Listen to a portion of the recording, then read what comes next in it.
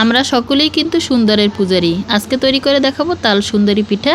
আসসালামু আলাইকুম সুপ্রিয় দর্শক, কেমন আছেন আপনারা সবাই? কাছে কিংবা দূরে, দেশ কিংবা বিদেশ, যে যেখান থেকে আমার আজকের রেসিপি দেখছেন সবাইকে স্বাগতম জানিয়ে আমি মনিরা মুন্নি, মনিরা কুকিং চ্যানেল থেকে বলছি।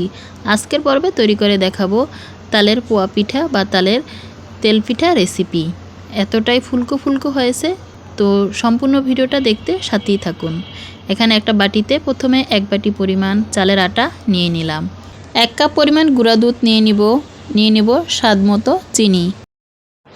যে যেভাবে মিষ্টি পছন্দ করেন সেই তুলনায় এখানে চিনিটা অ্যাড করে নেবেন। আমি 1 কাপ পরিমাণ নিয়ে নিলাম। দিয়ে দেব নারকেল কোড়া। এবার সমস্ত উপকরণটা ভালোভাবে মিশিয়ে নিতে হবে। এক পর্যায়ে সমস্ত উপকরণটা ভালোভাবে মিশিয়ে নিয়ে স্বাদ মতো লবণ অ্যাড করে দিব। একটা ডিম ভেঙে নিয়ে এখানে অ্যাড করে দিব। পরিমাণ মতো তালের ব্যাটার অ্যাড করে দিয়ে আবারও সমস্ত উপকরণটা ভালোভাবে মিশিয়ে নিতে হবে। কিছুক্ষণ মিশিয়ে নেওয়ার পর মনে হলো এখানে আরও কিছুটা তালের ব্যাটার অ্যাড করতে হবে। আমি আরও কিছুটা তালের ব্যাটার নিয়ে নিলাম।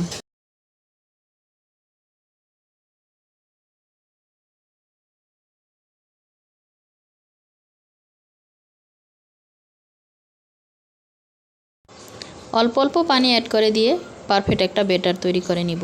খুব বেশি পাতলাও না, খুব বেশি ঘনও না।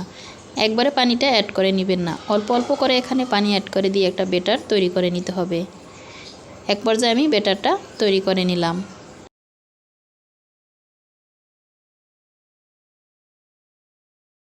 এখানে কিছু স্টিলের ছোট বাটি নিয়ে নিলাম। সয়াবিন তেল অ্যাড করে দিয়ে ব্রাশ করে নিব।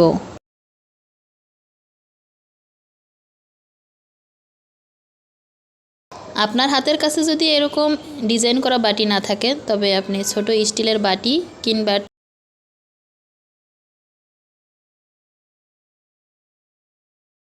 আপনার হাতের কাছে যদি এরকম ডিজাইন করা বাটি না থাকে তবে আপনি স্টিলের ছোট বাটি দিয়েও তৈরি করে নিতে পারবেন। এতে করে পিঠাগুলো একই সাইজের হবে।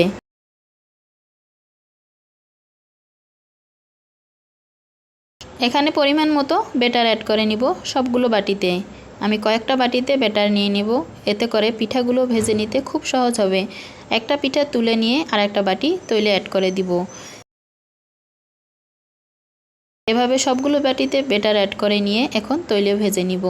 প্রথমে চুলায় প্যান বসিয়ে পর্যাপ্ত পরিমাণ তৈল দিয়ে তৈল গরম করে নিয়েছি।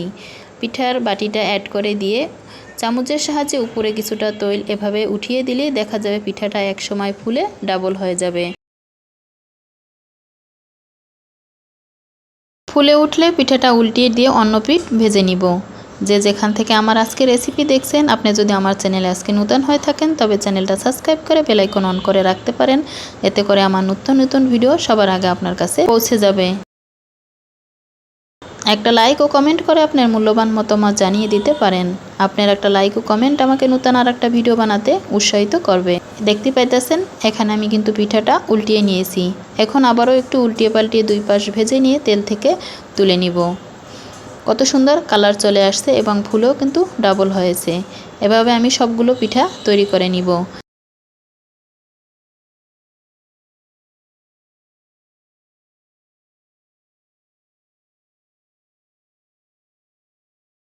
এখন আরও একটি পিঠা আপনাদের তৈলে দিয়ে দেখিয়ে দিব।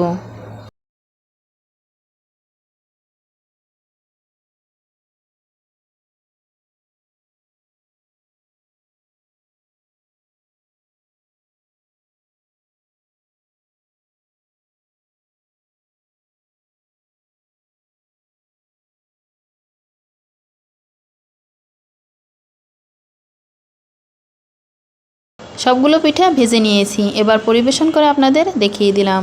যে যেখান থেকে আমার আজকে রেসিপি দেখছেন ভালো থাকবেন, সুস্থ থাকবেন। আল্লাহ হাফেজ। দেখতে পাইতেছেন কতটা ফুলকো হয়েছে, খেতেও কিন্তু মাশাআল্লাহ অনেক মজার ছিল।